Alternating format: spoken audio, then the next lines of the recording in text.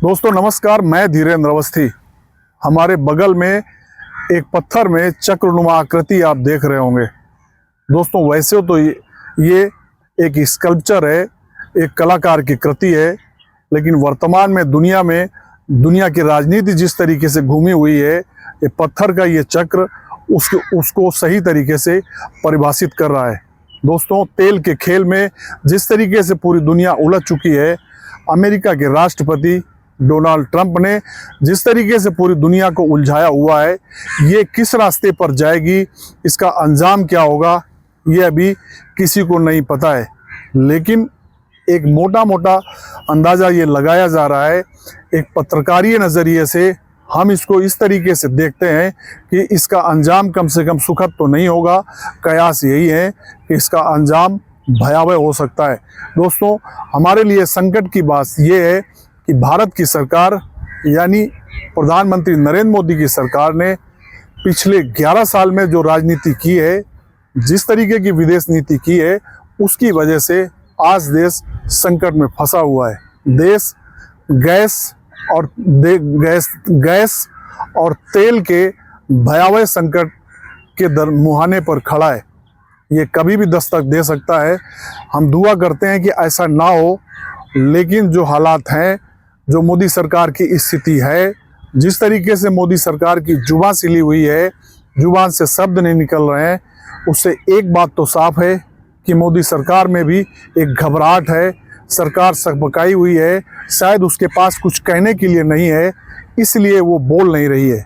दोस्तों जहाँ ये संकट खड़ा हुआ है, जिस क्षेत्र में सारा ये हंगामा चल रहा है, जिस क्षेत्र में ये युद्ध चल रहा है, मतलब हम बात ईरान की कर रहे हैं, इस युद्ध के 10 दिन से ज़्यादा गुजर चुके हैं, लेकिन दोस्तों हालात सामान्य होने की जगह भयावह होते जा रहे हैं। इन दिनों में स्थितियां कुछ ऐसी बनी है कि मोदी सरकार ने दुनिया में जो हमारे पुराने दोस्त हुआ करते थे, मतलब हम रूस जैसे देशों की बात कर रहे हैं, वो देश भी हमारे साथ खड़े नहीं है।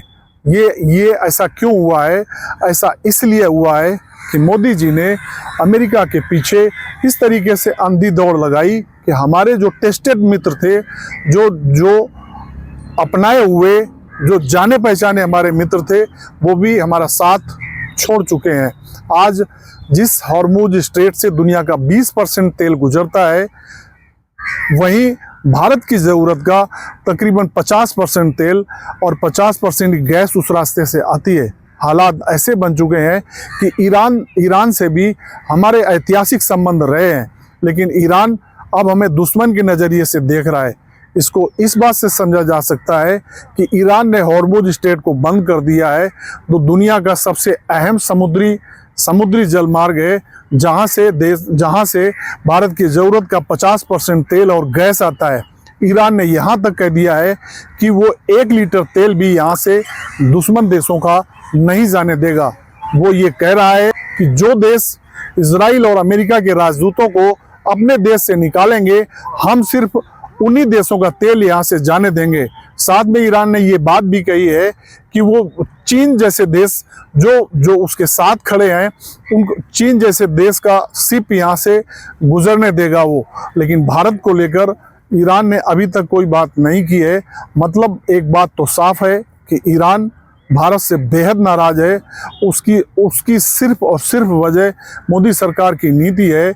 ईरान के सुप्रीम लीडर खामेनेई की अमेरिका और इजराइल की सेनाओं ने हत्या कर दी, लेकिन जिस देश के साथ यानी ईरान के साथ हमारे ऐतिहासिक संबंध थे, उस देश के सुप्रीम की हत्या में मोदी सरकार की या मोदी जी की जुबान से संवेदना का एक शब्द नहीं निकले। उसका खामियाजा ये देश भुगत रहा है।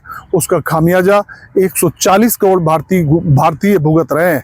दोस्तों एक बात तो बिल्कुल साफ है कि ये अगर युद्ध 20 दिन भी चलता है तो स्थितियां भयावह होने वाली हैं। ये सरकार जो बात नहीं कह रही है, वो बात उसकी घबराहट में साफ तौर पर दिख रही है। दोस्तों एक बात तो बिल्कुल साफ है कि जो बात राहुल गांधी पहले कहते थे, जो बात विपक्ष पहले कहता था, अगर सरकार उन बातों पर थोड़ा भी ध्यान देती, थोड़ा भी उन बातों पर मंथन करती, विपक्ष के साथ बैठकर सरकार बात करती। लोकतांत्रिक किसी भी लोकतांत्रिक देश में विपक्ष को साथ लेना कम से कम अधिकतम नहीं तो न्यूनतम आवश्यकता तो मानी जाती है। उस न्यूनतम ज़रूरत को भी, उस लोकतांत्रिक तगाजे को भी मोदी सरकार ने पूरा नहीं किया। नतीजा ये है कि आज देश संकट में है और इसके लिए सिर्फ और सिर्फ मोदी सरकार जिम्मेदार है। नमस्कार।